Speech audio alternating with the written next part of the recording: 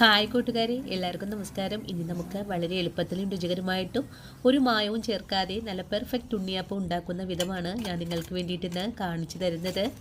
ഞാനിപ്പോൾ പല വീഡിയോയിലായിട്ട് ഒരുപാട് ഉണ്ണിയപ്പം റെസിപ്പികൾ നിങ്ങൾക്ക് വേണ്ടിയിട്ട് കാണിച്ചു തന്നിട്ടുണ്ട്. എങ്കിൽ തന്നെയും ഇപ്പോഴും ഒരുപാട് പേർക്ക് സംശയങ്ങൾ മാത്രമേ ഉള്ളൂ. അവർക്ക് വേണ്ടിയിട്ടാണ് ഈ ഒരു ഉണ്ണിയപ്പം വീഡിയോ ഇന്ന് ഞാൻ അപ്ലോഡ് ചെയ്തിട്ടുള്ളത്.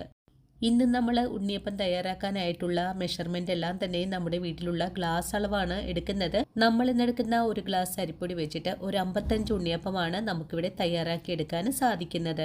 അതുപോലെ എൻ്റെ നാടായ എറണാകുളത്ത് ഒരുപാട് പേര് ഇപ്പോഴും ആവശ്യപ്പെട്ടുകൊണ്ടിരിക്കുന്ന ഉണ്ണിയപ്പം റെസിപ്പി തന്നെയാണ് ഞാൻ നിങ്ങൾക്ക് വേണ്ടിയിട്ടെന്ന് കാണിച്ചു തരുന്നത്. ഞാൻ ഇതിലേക്ക് ഒരു പഴം കൂടി ചേർത്തിട്ടാണ് ചെയ്തിട്ടുള്ളത്. നമുക്ക് 2 ദിവസമൊക്കെ കൊണ്ട് കഴിക്കാനാണെങ്കിൽ പഴം ചേർക്കുന്നത് കൊണ്ട് തെറ്റില്ല. നിങ്ങളൊരു ബിസിനസ്സായിട്ട് ചെയ്യുമ്പോൾ നമ്മളിതിലേക്ക് ചേർത്തിട്ടില്ല പഴവും നെയ്യും ഒക്കെ ഒഴിവാക്കാവുന്നതാണ്. വരവിനേക്കാൾ കൂടുതൽ ചിലവ് വന്നാൽ നിങ്ങളുടെ ബിസിനസ് വളരെ ഡള്ളായി പോവാനും സാധ്യതയുണ്ട്. പിന്നെ നിങ്ങൾ ഈ ഉണ്ണിയപ്പത്തിനെ ഉണ്ടാക്കാൻ പഠിച്ചു വരുമ്പോഴേക്കും നമുക്കിതിലേക്ക് ഒരുപാട് കാര്യങ്ങളൊക്കെ ചേർത്ത് തന്നെ തയ്യാറാക്കാൻ പറ്റുന്നതുമാണ്. അതുപോലെ തന്നെ നിങ്ങളുടെ ഒരുപാട് പേരുടെ സംശയമാണ്, മാവ് കോരി ഒഴിക്കുമ്പോൾ തന്നെ ഉള്ളിൽ നിന്നും പൊട്ടി വരുന്നു ചേച്ചി എന്ന്. അങ്ങനെ വരുന്നത് എണ്ണയുടെ ചൂട് കൂടിയത് കൊണ്ടുമാണ്. അതുപോലെ നിങ്ങൾ ഇതിലേക്ക് ഒരു തരി പോലും സോഡാപ്പൊടി ചേർക്കണ്ടാട്ടോ. സോഡാപ്പൊടിയൊന്നും ചേർത്തില്ലേലും നമ്മുടെ ഉണ്ണിയപ്പം നല്ല പെർഫെക്റ്റ് ആയിട്ടും വളരെ സോഫ്റ്റ് ആയിട്ടും നമുക്ക് കിട്ടുന്നതാണ്. ഇനിയിപ്പോൾ ഉണ്ണിയപ്പം തയ്യാറാക്കാൻ അറിയില്ലാത്ത ആൾക്കാർക്കും ഉണ്ണിയപ്പം ഉണ്ടാക്കി പരാജയപ്പെട്ടവർക്കും ഈ ഒരു വീഡിയോ വളരെ തന്നെ യൂസ്ഫുൾ ആയിരിക്കും. അപ്പോൾ നമുക്കുടൻ തന്നെ നമ്മുടെ വീഡിയോ കാണാൻ പോകാം. ഉണ്ണിയപ്പത്തിൻ്റെ മാവ് കലക്കിയെടുക്കാനും വേണ്ടിയിട്ട് ഞാനിവിടെ ഒരു ഉരുളിയാണ് എടുത്തു വെച്ചിട്ടുള്ളത്. നമ്മളിന്ന് വറുത്ത അരിപ്പൊടി വെച്ചിട്ടാണ് ഉണ്ണിയപ്പത്തിൻ്റെ മാവ് കൂട്ടിയെടുക്കുന്നത്. ഇന്നത്തെ ഉണ്ണിയപ്പത്തിൻ്റെ അളവുകൾ ഞാനിപ്പോൾ ഗ്ലാസ്സിലാണ് എടുക്കുന്നത്.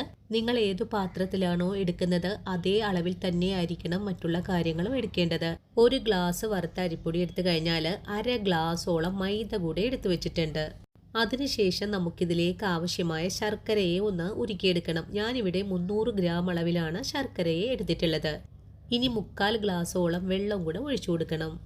നിങ്ങൾക്ക് 1 ഗ്ലാസ് വെള്ളം വേണമെങ്കിലും ഒഴിച്ചു കൊടുക്കാവുന്നതാണ്. ഇനി നമുക്ക് ശർക്കരയെ ഒന്ന് ഉരുക്കിയെടുക്കണം. ശർക്കരയെ ഉരുക്കിയെടുക്കാനും വേണ്ടിയിട്ട് അടുപ്പിലേക്കൊന്ന് മാറ്റിയിട്ടുണ്ട്. നിങ്ങൾ ശർക്കരയെ ഉരുക്കിയെടുക്കുമ്പോൾ ഒന്ന് പൊടിച്ചതിന് ശേഷം ഉരുക്കിയാൽ പെട്ടെന്ന് തന്നെ ആയി കിട്ടുന്നതാണ്. ഞാൻ ഈ ശർക്കരയുടെ അളവുകൾ കാണിക്കുന്നതിനായിട്ടാണ് കേട്ടോ ഇതുപോലെ തന്നെ വെച്ചിട്ടുള്ളത്. ഇപ്പോൾ നമ്മുടെ ശർക്കര നല്ലതുപോലെ ഉരുകിയൊക്കെ വന്നിട്ടുണ്ട്. ഇനി നമുക്ക് ഫ്ലെയിം ഓഫ് ചെയ്ത് കൊടുക്കാം. അതിനുശേഷം നമ്മൾ നേരത്തെ എടുത്തു വെച്ചിട്ടുള്ള 1 ഗ്ലാസ് അരിപ്പൊടിയിലേക്ക് തിളച്ച ചൂടോടുകൂടി തന്നെ ഇതിനെ അരിച്ചുകൂടെ ഒഴിച്ചു കൊടുക്കാം. ശർക്കരപ്പാനി ഒഴിച്ചു കഴിഞ്ഞാൽ പിന്നെ നമുക്ക് വളരെ എളുപ്പത്തിൽ തന്നെ ഒന്ന് ഇളക്കി യോജിപ്പിച്ചു കൊടുക്കണം. ശർക്കര ചൂടോടുകൂടി തന്നെ ഒഴിക്കുമ്പോഴാണ് നമ്മുടെ ഉണ്ണിയപ്പം നല്ല സോഫ്റ്റ് ആയിട്ടൊക്കെ കിട്ടുന്നത്. ഒരുപാട് പേരെന്നോട് ചോദിക്കുകയുണ്ടായി, കുറച്ച് ദിവസം ഇരിക്കുമ്പോഴേക്കും ഉണ്ണിയപ്പമൊക്കെ ഒന്ന് ഹാർഡായി പോകുന്നുണ്ടല്ലോ ചേച്ചിയെന്ന്. നമ്മുടെ ഉണ്ണിയപ്പം ഇരിക്കും തോറും ഹാർഡായി പോവാതിരിക്കാനും വേണ്ടിയിട്ടാണ് നമ്മൾ ഈ ശർക്കരയിലേക്ക് തിളച്ച ചൂടോടുകൂടി പാനിയെ ചേർത്തിട്ടുള്ളത്. ഈ ഒരു സമയം കൊണ്ട് തന്നെ നമ്മുടെ ശർക്കരയും അരിപ്പൊടിയും നല്ലതുപോലെ മിക്സായി കിട്ടിയിട്ടുണ്ട്. ഇനി നമുക്കിതിനെ ഒന്ന് മാറ്റി വയ്ക്കണം. ഇനി ഒരു മിക്സിയുടെ ജാർ എടുത്ത് വെച്ചിട്ട് ഇതിലേക്ക് നല്ല പഴുത്തിട്ടുള്ള ഏത്തപ്പഴത്തിനെ ഒന്ന് കട്ട് ചെയ്തിട്ട് കൊടുക്കണം. നിങ്ങളുടെ കൈവശം ഏത്തപ്പഴം ഇല്ലെങ്കിൽ 2 പാളയും കോടും പഴം എടുത്താലും കുഴപ്പമൊന്നുമില്ല. ഈ പഴത്തിലേക്ക് ഒരു 8ഓളം ഏലക്ക കൂടെ ചേർക്കണം. ഏലക്കയെ ചേർക്കുമ്പോൾ ഇതിന്റെ തോലൊന്ന് കളഞ്ഞതിന് ശേഷമായിരിക്കണം ചേർക്കേണ്ടത്. ഏലക്ക കൂടി ചേർത്ത് കഴിഞ്ഞാൽ പിന്നെ നമുക്കിതിലേക്ക് 1 സ്പൂൺ അളവിൽ പഞ്ചസാര ചേർക്കാം. കൂടെ തന്നെ 1 നുള്ളുപ്പും കൂടി ചേർത്തിട്ട് ഇതിനെ നല്ല പേസ്റ്റ് രൂപത്തിലൊന്ന് അരച്ചിട്ട് വരാം. നല്ലതുപോലെ അരച്ചു കഴിഞ്ഞാൽ പിന്നെ നമ്മൾ നേരത്തെ എടുത്ത് വെച്ചിട്ടുള്ള മൈദപ്പൊടിയെയാണ് ഇതിലേക്ക് ചേർക്കേണ്ടത്. അതിനുശേഷം ഒന്നുകൂടെ ഇതുപോലെ അരച്ചെടുത്തിട്ട് നമ്മൾ മിക്സ് ചെയ്തിട്ടുള്ള മാവിലേക്കാണ് ഇതിനെ ഒന്ന് ഒഴിച്ചു കൊടുക്കേണ്ടത്. പഴവും മൈദപ്പൊടിയും അരച്ചെടുക്കാനായിട്ട് ബുദ്ധിമുട്ടുണ്ടെങ്കിൽ 1/2 ഗ്ലാസ് വെള്ളം കൂടെ ഒഴിച്ചിട്ട് അരച്ചെടുക്കാവുന്നതാണ്. ഇനിയിപ്പോൾ അരച്ചെടുത്ത മാവും കൂടി ചേർത്ത് വീണ്ടും നല്ലതുപോലെ തന്നെ ഒന്ന് മിക്സ് ചെയ്തെടുക്കണം. മാവിനെ മിക്സ് ചെയ്തെടുക്കുമ്പോൾ കട്ടി തോന്നുവാണെങ്കിൽ കുറച്ച് മിക്സിയുടെ ജാറിൽ വെള്ളം കൂടെ ഒഴിച്ചിട്ട് ഇതുകൂടെ ചേർത്ത് ഒന്നുകൂടെ മിക്സ് ചെയ്തെടുക്കാം. അതുപോലെ ഈ ഒരു സമയത്ത് നിങ്ങൾക്ക് മധുരം കുറവ് തോന്നുവാണെങ്കിൽ വെള്ളത്തിന് പകരമായിട്ട് ശർക്കര പാനിയും ഒഴിച്ചു കൊടുക്കാവുന്നതാണ്. ഞാനിവിടെ നല്ലതുപോലെ മിക്സ് ചെയ്ത് കഴിഞ്ഞിട്ടുണ്ട്. ഇതേ ഒരു അയവിനാണ് നമ്മുടെ മാവിപ്പോൾ ഇരിക്കുന്നത്. ഈ ഒരു സമയത്ത് കുറച്ച് കട്ടി തോന്നിയപ്പോൾ ഞാനിതിലേക്ക് കുറച്ചുകൂടെ വെള്ളം ഒഴിച്ചു കൊടുത്തിട്ടുണ്ട്. ഇപ്പോൾ ഒരു 1/2 ഗ്ലാസ് വെള്ളം കൂടിയാണ് ഒഴിച്ചു കൊടുത്തിട്ടുള്ളത്. വെള്ളവും കൂടി ഒഴിച്ചിട്ട് ഒന്നുകൂടെ മിക്സ് ചെയ്തെടുത്തപ്പോൾ നമ്മുടെ മാവ് നല്ല കറക്റ്റ് ഭാഗത്തിലേക്ക് വന്നിട്ടുണ്ട്. ഇനി ഇതിലേക്ക് നമ്മുടെ ഉണ്ണിയപ്പത്തിന് നല്ല ടേസ്റ്റ് കിട്ടുന്നതിനായിട്ട് 1 സ്പൂൺ അളവിൽ നെയ്യ് കൂടെ ചേർക്കുന്നുണ്ട്. നെയ്യും ചേർത്ത് കഴിഞ്ഞാൽ പിന്നെ നമുക്കിതിലേക്ക് ഒരു 1/4 കപ്പോളം തേങ്ങ കൊത്ത് ചേർക്കാം. കൂടെ തന്നെ 1 സ്പൂൺ അളവിൽ എള്ളു കൂടെ ചേർക്കുന്നുണ്ട്. ഇനി ഇതെല്ലാം കൂട്ടിച്ചേർത്ത് നല്ലതുപോലെ ഇളക്കി ഒന്ന് മിക്സ് ചെയ്തെടുക്കാം. ഞാനിപ്പോൾ തേങ്ങയെ ഫ്രൈ ചെയ്തിട്ടല്ല കേട്ടോ ചേർക്കുന്നത്, അതേപടി തന്നെയാണ് ഞാനിപ്പോൾ ചേർക്കുന്നത്. നിങ്ങൾക്ക് വേണമെങ്കിൽ തേങ്ങയെ ഫ്രൈ ചെയ്തും ചേർക്കാവുന്നതാണ്. ഇനിയിപ്പോൾ ഇതെല്ലാം കൂട്ടിച്ചേർത്ത് നല്ലതുപോലെ ഇളക്കി യോജിപ്പിച്ച് കഴിഞ്ഞപ്പോൾ നമ്മുടെ മാവ് ഇതേ ഒരു അയവിനാണ് ഇവിടെ കിട്ടിയിട്ടുള്ളത്. മാവിനെ കോരി ഒഴിക്കുമ്പോൾ ഇതുപോലെ ഊർന്ന് വീഴുവാണെങ്കിൽ നമ്മുടെ മാവ് നല്ല കറക്റ്റായിട്ടുള്ള പാകത്തിനാണ് കിട്ടിയിട്ടുള്ളത്. ഇനി നമുക്കൊരു 10 മിനിറ്റ് നേരം മാവിനെ ഒന്ന് റെസ്റ്റ് ചെയ്യാൻ വെച്ചു കൊടുക്കാം. 10 മിനിറ്റിന് ശേഷം വീണ്ടും മാവിനെ ഒന്ന് തുറന്ന് നോക്കിയിട്ട് നല്ലതുപോലെ ഒന്നുകൂടി ഇളക്കി യോജിപ്പിച്ച് കൊടുക്കുന്നുണ്ട്. ഈ ഒരു സമയത്തും നമ്മുടെ മാവ് നല്ല പോലെ തന്നെയാണ് ഇരിക്കുന്നത്. നമ്മൾ ഇതിലേക്ക് വെള്ളമൊന്നും ഇനി ചേർക്കേണ്ട ആവശ്യമൊന്നുമില്ല. ഇനി ഉണ്ണിയപ്പം തയ്യാറാക്കാൻ എളുപ്പത്തിനായിട്ട് മറ്റൊരു പാത്രത്തിലേക്കൊന്ന് മാറ്റിയിട്ടുണ്ട്. ഈ ഒരു പാത്രത്തിലേക്ക് മാവിനെ മാറ്റിക്കഴിഞ്ഞാൽ വീണ്ടും നമുക്കിതിനെ നല്ലതുപോലെ ഇളക്കിയൊന്ന് യോജിപ്പിച്ച് കൊടുക്കണം. ഈ സമയത്തും നമ്മുടെ മാവ് കട്ടിയായിട്ട് തോന്നുവാണെങ്കിൽ കുറച്ചുകൂടെ വെള്ളമൊക്കെ ചേർത്ത് കൊടുക്കാവുന്നതാണ്. ഇനി നമുക്ക് ഉണ്ണിയപ്പം തയ്യാറാക്കാൻ തുടങ്ങാം. ഇതിനായിട്ട് ചൂടായ ഉണ്ണിയപ്പ ചട്ടിയിലേക്ക് വെളിച്ചെണ്ണയാണ് ഒഴിച്ചു കൊടുക്കുന്നത്. ഇനി ഉണ്ണിയപ്പത്തിന് നല്ല ടേസ്റ്റ് കിട്ടുന്നതിനായിട്ട് ഞാനിവിടെ 2 ടേബിൾ സ്പൂൺ അളവിൽ നെയ്യ് കൂടെ ചേർക്കുന്നുണ്ട്. നെയ്യ് ചേർക്കാൻ നിങ്ങൾക്ക് താല്പര്യമില്ലെങ്കിൽ ഈ ഒരു സ്റ്റെപ്പ് അങ്ങ് ഒഴിവാക്കാവുന്നതാണ്.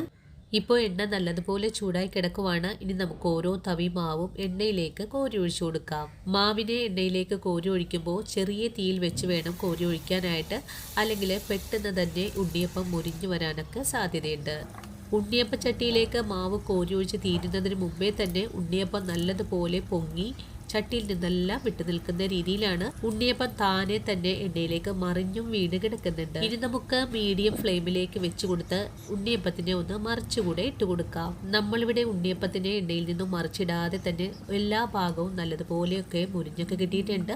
ഇനിയിപ്പോൾ ഇതേ ഒരു കളറായി വന്നാൽ നമുക്ക് എണ്ണയിൽ നിന്നും കോരി മാറ്റാം. നമ്മുടെ ഉണ്ണിയപ്പം നല്ല പെർഫെക്റ്റ് ആയിട്ട് തന്നെയാണ് ഇവിടെ മുരിഞ്ഞ് കിട്ടിയിട്ടുള്ളത്. ഇനി നമുക്കിതിനെ ഒന്ന് മാറ്റിയതിന് ശേഷം നമുക്ക് അടുത്തതും ഇതുപോലെ തന്നെ എണ്ണയിൽ ഫ്രൈ ചെയ്യാനിട്ട് കൊടുക്കാം.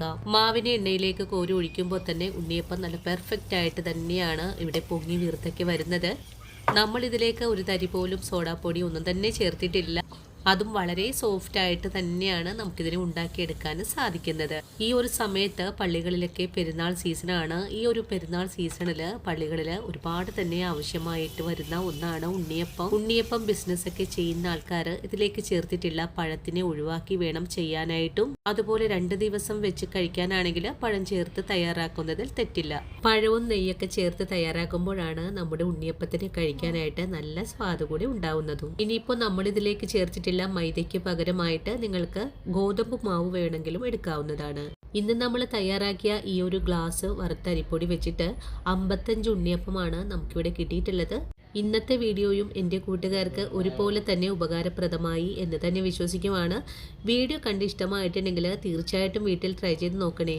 ഇനി ആരും ഉണ്ണിയപ്പം ഉണ്ടാക്കിയിട്ട് ഫ്ലോ അപ്പായി എന്ന് പറയരുത്. അത്രയും പെർഫെക്റ്റ് ആയിട്ട് തന്നെയാണ് ഞാൻ ഈ ഒരു റെസിപ്പിയെ നിങ്ങൾക്ക് ഇന്ന് കാണിച്ചു തന്നിട്ടുള്ളതും. അതുപോലെ ഉണ്ണിയപ്പം ട്രൈ ചെയ്ത് നോക്കിയിട്ട് നിങ്ങൾക്ക് ഇഷ്ടപ്പെടുവാണെങ്കിൽ തീർച്ചയായിട്ടും നിങ്ങൾക്ക് കിട്ടിയ ഈ ഒരു അറിവിനെ നിങ്ങളുടെ കൂട്ടുകാരിലേക്കൊന്ന് ഷെയർ ചെയ്ത് കൊടുക്കാനും വീഡിയോ കുറിച്ചുള്ള അഭിപ്രായങ്ങളെല്ലാം കമൻസ് ആയിട്ട് അറിയിക്കാനും മറന്നു പോകരുത്. അതുപോലെ ആദ്യമായിട്ട് നമ്മുടെ വീഡിയോ കാണുന്ന കൂട്ടുകാർ ആരെങ്കിലും ഉണ്ടെങ്കിൽ ചേച്ചി ഒന്ന് സപ്പോർട്ട് ചെയ്യണം കേട്ടോ. സപ്പോർട്ട് ചെയ്തിട്ട് ആ കുഞ്ഞു ബെല്ലൈക്കണും കൂടി ഓൾ ഓപ്ഷൻ അടിച്ചിടാനും മറന്നു പോകരുത്. അപ്പോഴാണ് ഞാനിടുന്ന പുതിയ പുതിയ വീഡിയോസ് എല്ലാം തന്നെ നിങ്ങളുടെ കയ്യിൽ നോട്ടിഫിക്കേഷൻ വഴി എത്തുന്നത്. വീഡിയോ കണ്ട് സപ്പോർട്ട് ചെയ്ത എൻ്റെ എല്ലാ കൂട്ടുകാരോടും ഇനിയും കാണാനിരിക്കുന്ന എൻ്റെ പ്രിയ കൂട്ടുകാരോടും ഒത്തിരി നന്ദി സ്നേഹമൊക്കെ അറിയിച്ചുകൊണ്ട് നാളെ രാവിലെ ഓടിയെത്താം. അതുവരെയും ഒത്തിരി സ്നേഹത്തോടെ വീണ്ടും കാണാം.